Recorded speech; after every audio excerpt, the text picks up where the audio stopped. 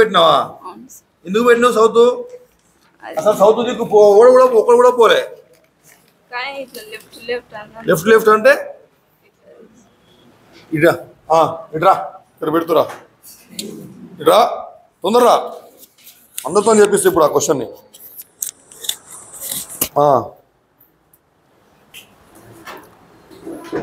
కొంచెం పొడుగు పెట్టు, కొంచెం బోర్డు పెద్దగా ఉందిగా. 25 మీటర్స్ అది చెప్పు. 25 మీటర్స్ ఎడిపోయింది చెప్పు. ఇక్కడ పెట్టుకో, ఇది మైక్ ఇక్కడ పెట్టుకున్నానా? ఇక్కడ పెట్టుకో, పర్లేదు పెట్టుకోమా, ఏం కాదు. నువ్వు చెప్పేది అర్థం కాదా వాళ్ళకి? మైక్లో వినపడుతుంది వాళ్ళకి.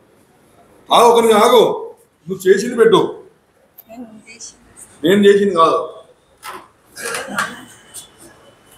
మళ్ళా లేదు గిల్ల లేదు అది పెట్టు. 25 మీటర్లు ఈస్ట్కి పోయిండు అని చెప్పి ఫస్ట్ పాయింట్. ఆ తర్వాత ఎడమ వైపు తిరిగిండు. ఎడమ వైపుకు ఎడమాట ఎటు పెట్టినావు? వెరీ గుడ్, మంచిగా పెట్టినావు. మళ్ళీ ఎడమన్నాడా? అవును ఎడమని అన్నాడు. ఇప్పుడు అక్కడ పోతూ ఉంటే ఎడమ ఎటు అవుతుంది? ఇటునా చెప్పు. ఇప్పుడు నువ్వు ఉన్నావు కదా, నీకు ఎడమ ఎటు ఇప్పుడు ఎటు నువ్వు తిరుగుతున్నావు, నువ్వు ఎడమ వైపే ఉన్నావు కదా, ఎడమ వైపు పెట్టు ఇటు. కానీ నువ్వేం చేసినావు? ఇప్పుడు వైపు పెట్టినా. అయిపోయిందా? అయిపోయిందా? మిస్టేక్ ఏంది అర్థమైందా? అందుకోసమే కిందికి పోయినావు. నువ్వు నాకు రావాల్సింది సౌత్ వచ్చింది ఆన్సర్. ఎందుకు లెఫ్ట్ పోతే రైట్ పోయింది. సింపుల్. ఇంకా నువ్వేం చేసినానా? నువ్వేం చేసినావు? నువ్వే కూర్చోండి. నువ్వేం చేసినావమ్మా? వెస్ట్ పెట్టినావా? ఓకే చూడండి, వెస్ట్ పెట్టిన వాళ్ళకు ఆన్సర్ తెలుసు, వాళ్ళు అక్కడ దాకా కరెక్ట్గా చేసిర్రు. కానీ మీరు ఒక పాయింట్ క్వశ్చన్లో ఉన్న ఒక చిన్న పాయింట్ మీరు చదవలే. ఏం చెప్పిండు? బయలుదేరిన స్థానం నుంచి అన్నాడు. సింపుల్. ఇది ఒక 5 సెకండ్లలో చేయాల్సిన ఆన్సర్. ఇది ఎన్ని సెకండ్లో చేయాల్సింది? 5 సెకండ్లలో చేయాల్సిన ఆన్సర్ ఇది. 25 మీటర్స్ ఈస్ట్, 2 మీటర్లు లెఫ్ట్ టర్న్, మళ్ళీ లెఫ్ట్ టర్న్ ఎన్ని మీటర్లు? 12 మీటర్లు. రైట్ టర్న్ 3 మీటర్స్, మళ్ళీ 13 మీటర్లు. అయిపోయిందా? దాన్ని గీసేస్తే ఇక్కడ నుంచి ఈ డైరెక్షన్ ఎక్కడ ఉందని అర్థం. అడిగిన క్వశ్చన్ పై డైరెక్షన్ ఎప్పుడు కూడా మనకు నార్త్ అవుతుంది. నువ్వు ఎక్కడైనా కూర్చో, ఆన్సర్ చేసేటప్పుడు పై డైరెక్షన్ నార్త్ చూసుకోవాలి, ఓకేనా? కింద డైరెక్షన్ సౌత్ చూసుకోవాలి. ఇదేమో ఈస్ట్, ఇదేమో వెస్ట్. ఇది డైరెక్షన్స్లో ఉన్నటువంటి క్వశ్చన్లలో చాలా వెరీ వెరీ ఈజియెస్ట్ క్వశ్చన్ ఇది. ఇంతకంటే ఈజీ క్వశ్చన్ వాడు ఎవరు అడగడు. అసలు ఇదే అడగకూడదు, కానీ అడిగిండు. మీ అదృష్టం. దానికి కూడా ఇంతమంది తప్పు చేసిరంటే మీకు ఎక్కడ మిస్టేక్ అయిపోయి ఉంటుందంటే డైరెక్షన్స్లో మీరు లెఫ్ట్కి పోయి రైట్కి పోయి ఉంటారు, అంతేనా? లెఫ్ట్ రైట్ రైట్ లెఫ్ట్ అయి ఉంటుంది. ఇక్కడ దాకా వచ్చి వెస్టర్న్, ఇక్కడ దాకా వచ్చి వెస్టర్న్ పెడితే వెళ్ళే డైరెక్షన్ వెస్టే. వెళ్ళే డైరెక్షన్ ఏ వైపునకు అభిముఖంగా నిలబడి ఉన్నాడు అర్థమవుతుందా? టువర్డ్స్ విచ్ డైరెక్షన్ అతను నిలబడి ఉన్న పాయింట్ అడిగితే మాత్రమే చెప్పాలి. ఫ్రమ్ ద స్టార్టింగ్ పాయింట్ అని అడిగింది కాబట్టి నార్త్ అవుతుంది, ఓకేనా? టువర్డ్స్ విచ్ డైరెక్షన్ అని అడిగితే టువర్డ్స్ వెస్ట్ డైరెక్షన్. అర్థమైందా లేదా? వెరీ వెరీ సింపుల్ క్వశ్చన్ అది. ఇప్పుడు నాకు కావాల్సిన పాయింట్ ఏంటంటే ఎందుకు తప్పు చేసినారు అని కావాలి. ఎందుకు తప్పు చేసినావు? కూర్చొని చెప్పు. ఇక నిలబడి మీరు అంతా అటు ఇటు చేసి మళ్ళీ టైం వేస్ట్. బయలుదేరను కానీ ఆగిపోయినావు మధ్యలోనే. చెప్పు నాన్న, ఏం పర్లేదు చెప్పు, నేను పట్టుకుంటలే చెప్పు. బయలుదేరిన స్థానం చూసుకోలేదు సార్. బయలుదేరిన స్థానం చూసుకోలే అంటే ఏంటి? ఆన్సర్ వస్తుంది తొందరపాటులో. కాంపిటేటివ్లో జరిగేది అదే. కాంపిటేటివ్లో సిగ్గులేదు ఇంకా చిన్న చిన్న క్వశ్చన్ తప్పు చేసి మనం మాట్లాడుతున్నారు. కాంపిటేటివ్లో రేపు మీకు జరిగేపోయేది ఇదే. మీ క్వశ్చన్ ఆన్సర్ తెలుసు, కానీ మీరు క్వశ్చన్ మొత్తం చదవరు. లాస్ట్కి ఒక చిన్న పాయింట్ ఉంటుంది, ఆ చిన్న పాయింట్లోనే మీరు మిస్టేక్ చేస్తారు. లాభం ఏముంది? మీకు అంత చదివి క్వశ్చన్ వచ్చిన తర్వాత ఒక తొందరపాటు చర్యల వల్ల కొంతమంది పోతే కొంతమంది చదువు రాకపోతారు. వాడు నువ్వు ఒకటే పోతారు లేదా? కాబట్టి చాలా క్లియర్గా చదవాలి క్వశ్చన్ ఏం అడుగుతున్నావు అనేది. ఏమైందన్న? ఏం చేసిన తప్పు? ఏం చేసినావు? ఏమేం చేసినావు? కరెక్ట్ పెట్టినావా? మరి తప్పు రాసిండు ఆయనే. పబ్లిక్ తప్పు చేసినావా దాంట్లో? ఎందుకు? ఆన్సర్ కరెక్టేనా? కరెక్టేనా? మరి నీకు ఇది అర్థం అవుతలేదా? ఏది 21 ఏది? Very good. ఏమైందా నీకు? ఏం తప్పు చేసినావు? డైరెక్షన్లో మిస్టేక్ అయిందా? ఏం పెట్టినావు ఆన్సర్? సౌత్ పెట్టినావా? సేమ్ రైట్ పెట్టి అటుపోయినావు నువ్వు. చూడండి, ఇటు పోయేటప్పుడు లెఫ్ట్ ఒకవైపు ఉంటుంది, ఇటు పోయేటప్పుడు ఒకవైపు ఉంటుంది. ఇక ఒకసారి లెఫ్ట్ ఇటు పోయింది కదా అంటే ఇంకోసారి అటు పోవాలని ఏం లేదు కదా తమ్ముడు. మీరున్న డైరెక్షన్ బట్టి మీరు చూసుకోవాలి తప్ప మీ డైరెక్షన్లలో క్లారిటీ లేదు చాలా మందికి. రైట్ ఎంత రాంగ్ అయిందా? ఏం చేసిన తప్ప ఏమైంది? స్టార్టింగ్ డైరెక్షన్ స్టార్టింగ్ చూసుకోకుండా ఇప్పుడు వెస్ట్ పెట్టినావు ఆన్సర్. ఈస్ట్ ఎట్లా పెడతావు? డైరెక్షన్ పోవడం మిస్టేక్ పోయినావు నువ్వు. రైట్ లెఫ్ట్ పోయినాయి, ఈస్ట్ పెట్టినావు. ఈస్ట్ ఎందుకు వచ్చింది? అటు ఇటు గుండ్రంగా తిప్పి ఇరుక్కున్నావు మధ్యలో. డైరెక్షన్ మిస్టేక్ ఎందుకు తప్పు పెట్టినావు? రైటా? అటెండ్ చేయలేదా చెప్పినప్పుడు? ఎప్పుడు వచ్చినావు నువ్వు? ఈ చెప్పినప్పుడు ఉన్నావా? నువ్వు రాలేదా లేకపోతే నువ్వు అడ్మిషన్ కాలేదా?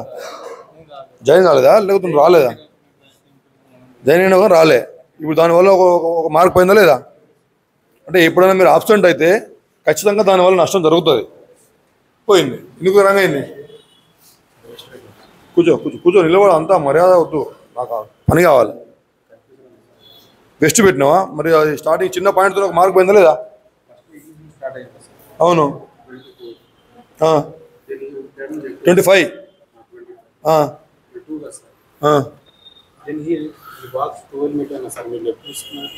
ఏమన్నాడు? కాదు 2 మీటర్స్ మధ్యలో ఒక పాయింట్ ఉంది చూడు. అవును, వాక్ రన్నింగ్ అదంతా అవసరం లేదు మనకు.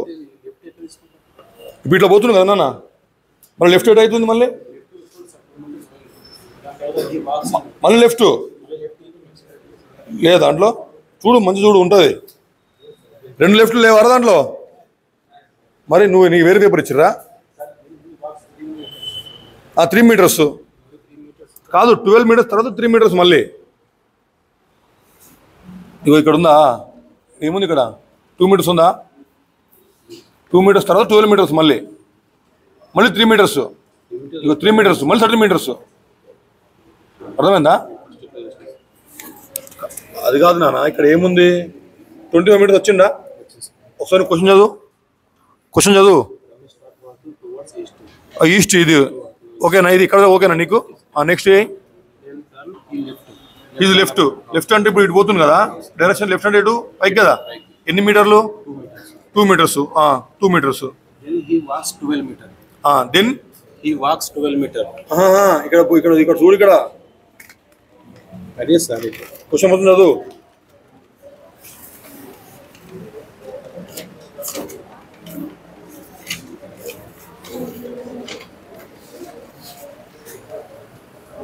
Turns to left, he walks 2 meters. 2 meters తర్వాత లెఫ్ట్ పోయింది సార్. మళ్ళీ లెఫ్ట్ చేయండి సార్. 21 క్వశ్చన్ ఇది. Ramesh starts walking towards east from a place and after walking 25 meters. 25 meters. 25 meters అయింది సార్. ఓకే. అండ్ లెఫ్ట్ దిగిన 2 meters. ఇక్కడ మిస్టేక్ పడదు, అక్కడ పడలేదు అది. Then he walks on left at this. ఇక్కడ చూడు, మరలా ఎడమ వైపుకు తిరిగి 12 మరలా ఎడమ వైపు. మరలా ఎడమ అని చూసిన ఇక్కడ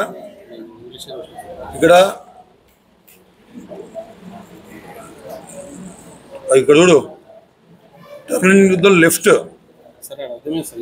కాదు, ఇదంతా ఒకటే పాయింట్. ఇది ఫుల్ స్టాప్ ఇచ్చింది సార్, మధ్యలో ఇచ్చింది. మిస్టేక్ వచ్చింది అది. ఐండ్ కంటే ముందు అంతా ఒకటే పాయింట్ ఇది. Then he walk 12 meter turning to his left. నీకు స్టేట్మెంట్ అర్థం కావట్లేదు అది. And again he walks 3 meters left తిరిగిందా? ఇక్కడ ఈ పుస్తకాలు తప్పబడ్డాయి ఇంగ్లీష్లో. మళ్ళీ ఇక్కడ నుంచి ఇక్కడ దాకా turning to his right. Sir ఇక లెఫ్ట్ రావాలి సార్. ఈ స్టేట్మెంట్ ఇది 3 meters అన్నప్పుడు ఇక్కడ ఈ స్టేట్మెంట్ ఇక్కడ ఈ ఫుల్ స్టాప్ రాంగ్ పట్టింది. అండ్ ఫైనల్లీ 30 చక్కగా పోయిండు. టర్నింగ్ టు హిజ్ లెఫ్ట్ మళ్ళీ ఇక్కడ ఈ స్టేట్మెంట్. ఫుల్ స్టాప్లు మొదలు పడ్డాయి.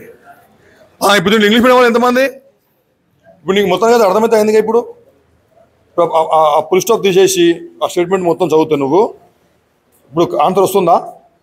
తెలుగు చదువు ఒకసారి. తెలుగులో కరెక్ట్ ఉంది చూడు. ఇంగ్లీష్లో ఫుల్ స్టాప్ మధ్యలో పడింది. ఆ ఫుల్ స్టాప్ పడిన వెంటనే మీరు దాన్ని ఆపేసిర్రు. కానీ ఆ స్టేట్మెంట్ మొత్తం చదివి ఉంటే కనుక కరెక్ట్గా వచ్చేది. ఇంగ్లీష్ మీడియమా నువ్వు? ఇంగ్లీష్ మీడియమా? రైట్ అయిందా? తెలుగు మీడియమా? రైట్ అయిందా రాంగ్ అయిందా? ఎందుకు రాంగ్ అయింది? ఇప్పుడు నీకు పుల్ స్టాప్ తీసి చదువుతా అర్థమైందా క్వశ్చన్? నాకు నార్త్ తెలిసిపోయింది సార్, అప్పుడు ఫస్ట్ చూసినప్పుడు అర్థమైపోయింది. క్వశ్చన్ కన్ఫ్యూజన్ వల్ల నేను వెస్ట్ తెలుగు చదవాల్సింది ఇంకోసారి. అచ్చా వెస్ట్ పెట్టినావు అయితే నువ్వు ఆన్సర్ కరెక్ట్గా వచ్చినావు. ఏమైంది మిస్టేక్ ఏమైంది? ఏం పర్లేదు, తొందర ఏం లేదు. నీకు ఇక్కడ ఏం ఫైనల్ ఎగ్జామ్ కాదు ఇది. నీకు మిస్టేక్ ఏమైందో చెప్పు. అది చూసుకోలేదా? వెస్ట్ పెట్టినావు నువ్వు ఆన్సర్? వెస్ట్ పెట్టినావా? అయితే నువ్వు ఆన్సర్ కరెక్ట్ చేసినావు, కానీ ఆ పాయింట్ చదవాలి కంపల్సరీ. ఎప్పుడైనా ప్రతి క్వశ్చన్కి లాస్ట్ ఒక ట్రిగర్ పాయింట్ ఉంటుంది. చదివితేనే నీకు ఆన్సర్ వస్తుంది, లేకపోతే వాడు ఇప్పుడు ట్రాప్లో వేసిండు. వాడు చూసినావా? నువ్వు రెండో క్వశ్చన్ డైరెక్ట్గా 5 meters చూసుకున్నావు, వేసేసినావు. నీకేమైందన్నా? ఎక్కడ కన్ఫ్యూజ్ అయినావు? డైరెక్షన్లో కన్ఫ్యూజ్ అయినాయా? నార్త్ ఎటు పోవాలి ఏందని డైరెక్షన్ కన్ఫ్యూజ్ అయినావు. వెస్ట్ పెట్టినావా? చదవాలి, క్వశ్చన్ చదవాలి. లాస్ట్ క్వశ్చన్ రాంగా రైటా? ఎందుకు రాంగ్? ఎందుకు అట్లా మరి? ఇప్పుడు అర్థమైంది మొత్తానికి డైరెక్షన్ చెప్పిన తర్వాత రాంగా ఎందుకురా? వెస్ట్ పెట్టేసినావు, ఆడదానికి పోయి డైరెక్ట్ పెట్టేసినావు. ఇక క్వశ్చన్ చదవలే, మొత్తం చదవాలి. సరే మొత్తానికి ఇప్పుడు మీ అందరికీ అర్థమైందా? మీరు చేసిన మిస్టేక్ అర్థమైందా లేదా? ఎవరికైనా అర్థం కాలేదా? ఇప్పుడు చేస్తే అందరూ కరెక్ట్ వస్తుందా ఈ ఆన్సర్? ఇంగ్లీష్ మీడియంలో టర్నింగ్ టు హిజ్ లెఫ్ట్ అనే ముందు ఒక చిన్న ఫుల్ స్టాప్ పడింది, అవునా? ఇంగ్లీష్ మీడియం వాళ్ళు టర్నింగ్ టు హిజ్ లెఫ్ట్ దగ్గర ఒక చిన్న ఫుల్ స్టాప్ పెన్ ఎవరిది? అంటే ఎంకైనా ఇంగ్లీష్ మీడియంలో టర్నింగ్ టు హిజ్ లెఫ్ట్ అనే దగ్గర ఒక చిన్న ఫుల్ స్టాప్ పడింది. ఆ ఫుల్ స్టాప్ వరకు ఆపి కొంతమంది చదివిర్రు. దానివల్ల వాళ్ళకి కొంచెం అర్థం కాలేదు, కన్ఫ్యూజ్ అయింది క్వశ్చన్. కానీ మనం ఒకవేళ స్టేట్మెంట్ చదివితే కనుక ఖచ్చితంగా మనకు అర్థమవుతుంది. అది పెద్దగా అర్థం కానటువంటి పాయింట్ కాదు. ఆ ఫుల్ స్టాప్ కాకుండా టర్నింగ్ టు హిజ్ లెఫ్ట్ అని ఈ స్టేడియం మొత్తం చదివినప్పుడు మనం చాలా క్లియర్గా అర్థమవుతుంది. కాబట్టి అట్లాంటివి ఏమైనా మీకు అర్థం కాకపోతే తెలుగు చదవాలి. తెలుగు వస్తుంది అందరికీ. అందుకోసం ఎప్పుడు కూడా రెండు లాంగ్వేజ్లు మనకు వస్తున్నాయి. దాంట్లో ఇంగ్లీష్లో ఏమైనా చిన్న మిస్టేక్ ఉంది, మీకు క్వశ్చన్ అర్థం కావట్లేదు ఇంగ్లీష్ మీడియమే మీరు, అప్పుడు తెలుగు చదవండి ఒకసారి. తెలుగు చదివితే అర్థమవుతుంది. తర్వాత ఎడమ వైపుకు తిరిగి 12 kilometers అనేది నువ్వు వింటే అరే ఇది ఓకే ఇలా ఉందని చెప్పి నీకు పాయింట్ అర్థమవుతుంది. ఓకేనా? ఇంకా డైరెక్షన్ మీకు అర్థం కావట్లేదు నాన్న? చూడండి మనకు ఎన్ని డైరెక్షన్ మొత్తం? కార్డినల్ పాయింట్స్ ఇవి 4. ఓకేనా? ఇంటర్మీడియట్ కార్డినల్ పాయింట్స్ 4, అవునా కదా? ఎప్పుడైనా సరే నార్త్ మనం పైన తీసుకుంటాం, సౌత్ ఆపోజిట్ దానికి. ఓకేనా? South opposite. ఓకే, మీరు నార్త్ అభిముఖంగా ఉంటే మీరు if you stand towards north. ఓకేనా? ఇప్పుడు నేను ఉన్నా ఇటు నార్త్ అనుకో, నాకు లెఫ్ట్ వెస్ట్ అవుతుంది. ఓకేనా? ఇప్పుడు ఇది నార్త్ అనుకో, నా పైన నార్త్ అనుకో, నేను నార్త్ వైపు తిరిగి ఉన్నా అనుకో, వెస్ట్ ఏమవుతుంది? ఎప్పుడు లెఫ్ట్ అవుతుంది ఇక వెస్ట్. నార్త్ వైపు మీరు తిరిగి ఉంటే అది. ఓకేనా? నార్త్ వైపు తిరుగు లేకుండా ఇప్పుడు ఇట్లా ఉన్నా, నా వెనుక నార్త్ ఉంది. నువ్వు నార్త్ సైడ్కి అంటే ఉత్తరాముఖ అభిముఖంగా నేను నిలబడలే. ఓకేనా? అంటే నేను ఎటో అభిముఖం నిలబడ్డా సౌత్ ఆటోమేటిక్గా, అవునా కదా? సౌత్ సైడ్ అభిముఖంగా ఉంటే ఇమ్మీడియట్గా ఏమైపోతుంది అంటే మన రైట్ వెస్ట్ అయిపోతుంది. కాబట్టి ఇవన్నీ కన్ఫ్యూజ్ లేకుండా ఎప్పుడు కూడా మనం ఏం చేయాలంటే నార్త్ వైపు నిలబడమని అనుకోవాలి. మనం ఎటు ఇట్లా కూర్చున్నాం అనుకో, నార్త్ వైపు చూస్తున్నామని అర్థం. అంటే ఇది నార్త్.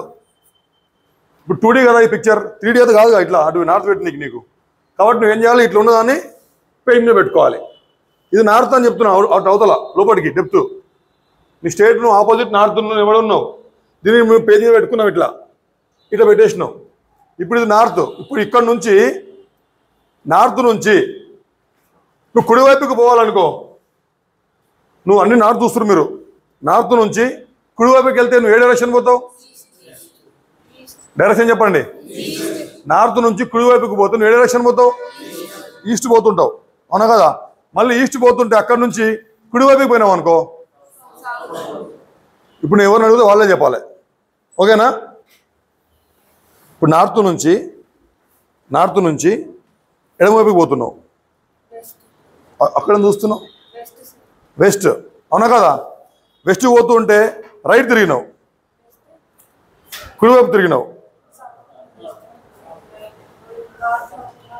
మీ చేతులు చూసుకోండి మీరు సింపుల్గా. ఇప్పుడు నేను ఇట్లా పోతున్నా, ఇప్పుడు నువ్వు అటే నువ్వు చూస్తావు, మా ఇటు నేను ఇటైనా చూసుకోవచ్చు, నీ ఇష్టం. ఇప్పుడు నేను ఇటున్నా, నార్త్ పోతున్నా నేను, ఓకేనా? ఆటోమేటిక్గా రైట్ ఈస్ట్, లెఫ్ట్, సౌత్, ఏమో తిరిగిన సౌత్ తిరిగినా, అవునా కదా? మళ్ళీ కుడి తిరిగి నార్త్ తిరిగినా మళ్ళీ, అవునా కదా?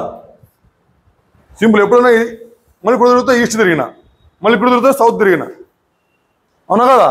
మళ్ళీ ఇప్పుడు తిరిగితే ఎటు? ఇది నార్త్, ఎప్పటికీ ఇది నార్తే. ఇది నార్త్ అన్నప్పుడు ఇది ఏమవుతుంది? వెస్ట్ అవుతుంది, లెఫ్ట్ సైడ్. సింపుల్గా అట్లా మీరు గుర్తు తెచ్చుకోవాలి. అర్థం కాకపోతే అక్కడ పాయింట్ చిన్నగా ఒక సెకండ్ కోసం ఇట్లా వేసుకోవాలి అంతే. పైన మీకు ఒకవేళ మరీ అంత డైరెక్ట్గా మీకు విజువల్ అర్థం కాకపోతే సింపుల్గా ఏం చేయండి అంటే, ఆ క్వశ్చన్ వచ్చింది, అట్లాంటి క్వశ్చన్ వచ్చినప్పుడు ఇట్లా వేసుకోండి, ఒక ప్లస్ వేసుకోండి. 1 సెకండ్లో వేసుకుంటారు ప్లస్. నార్త్, సౌత్, ఈస్ట్, ఇది కూడా టైం వేస్టే, కానీ మీకు ప్రాక్టీస్ అయ్యే వరకు ఇట్లా వేసుకోమని చెప్తున్నా. ఇప్పుడు పైన ఇది వేసుకొని కింద ఇప్పుడు ఆన్సర్ చేయి. ఇప్పుడు ఆన్సర్ చేయి. నీకు అట్లీస్ట్ డైరెక్షన్ రాంగ్ పోతున్నారు అయిపోతున్నా అర్థమవుతుంది. క్వశ్చన్ చదివేదాంట్లో నువ్వు కన్ఫ్యూజ్ అయిపోయి ఏదో రాంగ్ పోయే అవకాశం ఉంటుంది. కాబట్టి ఇట్లా ఉందనుకో, నీకు ఇప్పుడు కన్ఫ్యూజ్ కావు. నువ్వు 25 మీటర్స్ ఇట్లా పోతావు, ఎడమకు తిరుగుమన్నాడు, ఈస్ట్కి వచ్చి ఎడమ కంటే ఇటు నార్త్, అర్థమైపోతుంది. మళ్ళీ 12 మీటర్లు అన్నాడు, ఎడమ తిరిగిన తర్వాత మళ్ళీ ఎడమకు తిరిగి 12 అన్నాడు, 2 ఎడమలు వచ్చేసినాయి, మళ్ళీ ఒక రైట్ వచ్చేసింది, మళ్ళీ నార్త్కి పోయినావు, డైరెక్షన్ ఉందో అర్థమవుతుంది ఇక్కడ వరకు. మళ్ళీ 13 పోయినావు, మళ్ళీ వెస్ట్కి పోయినావు, కరెక్టే ఉంది ప్రతి డైరెక్షన్. ఇన్ని డైరెక్షన్లు ఉన్నాయి ఇక్కడ, అవునా కదా? ఇక వచ్చిన తర్వాత ఇంకా లాస్ట్కి మళ్ళీ క్వశ్చన్ క్లియర్గా చదివి స్టార్టింగ్ పాయింట్ నుంచా ఉన్న డైరెక్షన్ ఏదా? ఉన్న డైరెక్షన్ అడిగితే వెస్ట్ 5 మీటర్లు, స్టార్టింగ్ పాయింట్ చదివితే నార్త్ 5 మీటర్లు. ఇది అందరికి అర్థమైందా? ఇప్పుడు రాంగ్ చేసిన వాళ్ళు అందరికి అర్థమైందా? అర్థమైందా కమాండో? అది చూడండి, మీరు క్వశ్చన్ చేసిన తర్వాత ప్రతి ఒక్కటి సార్ అయినా ఎక్స్ప్లెయిన్ చేస్తారు, నేను ఎక్స్ప్లెయిన్ చేస్తాను పేపర్ వచ్చి.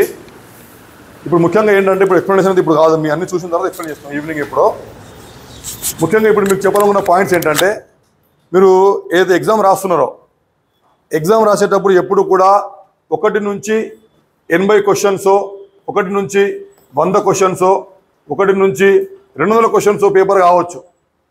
పేపర్ ఎన్ని మార్కులైనా కావచ్చు. టైం మాత్రం according to that particular question paper మీకు టైం ఇస్తారు వాళ్ళు, దానికి ఇబ్బంది ఏం లేదు.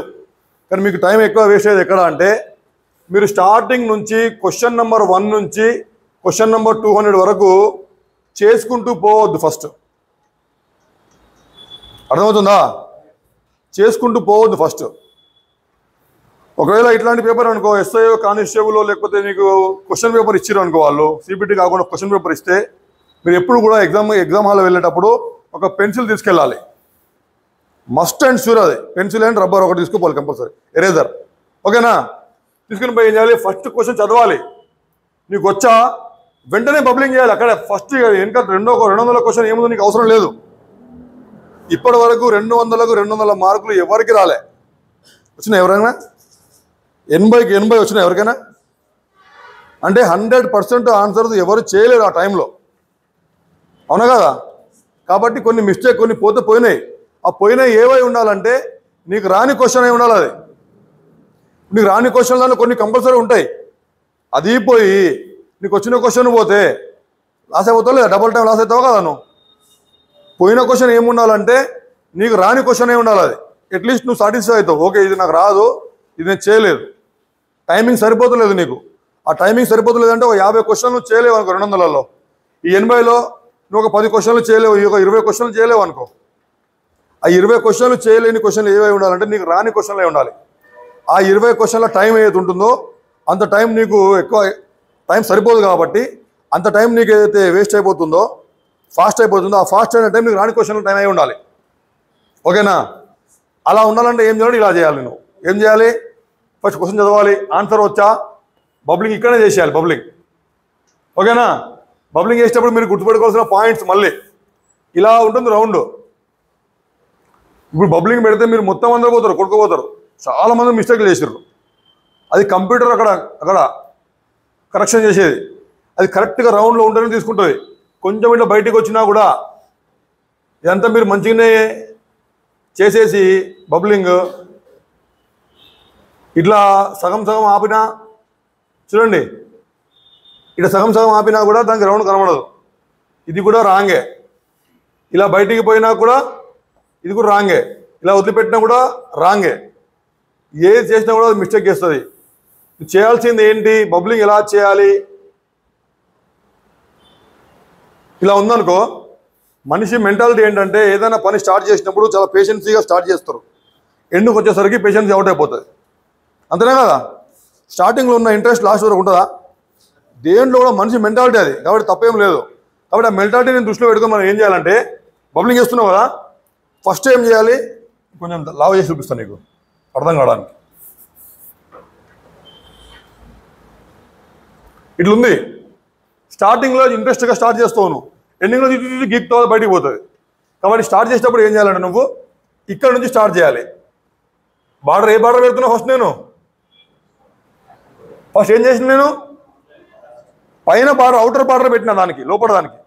అంటే అవుటర్ అంటే మనం దీనికి బయట పెట్టవుతున్నావునా? దానికి బయట కాదు, లోపల సర్కిల్కి పైన ఉన్న బార్డర్ పెట్టిన. పైన ఉన్న బార్డర్ ఒకటి పెట్టేసినావు ఫస్ట్ మెల్లగా నెమ్మదిగా. ఆ తర్వాత ఇటు గీకినా కూడా బయటికి పోయే అవకాశం తగ్గిపోతుంది. ఇప్పుడు చూడు, ఇట్లుందా? ఒకవేళ ఇక్కడ పోయినా కూడా నీ లోపల ఇన్నరకు పోతుంది తప్ప దాని బయటికి అయితే పోదు. కాబట్టి అర్థమైందా లేదా? ఉందా? పాయింట్ వైలెట్ ఉందా లేదా? నువ్వు అలా కాకుండా నువ్వు ఇలా స్టార్ట్ చేసి ఇక్కడ నుంచి ఇలా గీకుండా మెల్ల నెమ్మదిగా స్టార్ట్ చేసి లాస్ట్కి వచ్చి ఇలా ఇలా ఇంత పెద్ద గీత గీయాలి. లాస్ట్కు ఇంత పెద్ద గీత గీసినప్పుడు ఇటు అన్నావు అనుకో పోతుంది.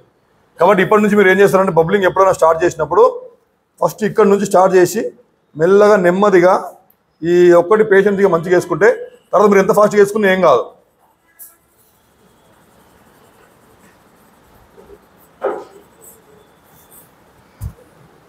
అలా డాట్స్ ఉండొద్దు, గ్యాప్ ఉండకూడదు, బయటికి పోకూడదు. అంటే అవుటర్ లైన్ ఒక్కసారి వేసుకున్నా ఉంటే అయిపోయింది. మ్యాక్సిమం నీకు మిస్టేక్ అయ్యా ఛాన్సెస్ చాలా తగ్గిపోతాయి. కాబట్టి అలా చేయాలి. ఓకేనా? ఫస్ట్ క్వశ్చన్ రాసినావు, ఆన్సర్ వచ్చేసింది. సెకండ్ క్వశ్చన్ చదివినావు, ఆన్సర్ వదిలిపెట్టాయి. థర్డ్కి పో డైరెక్ట్.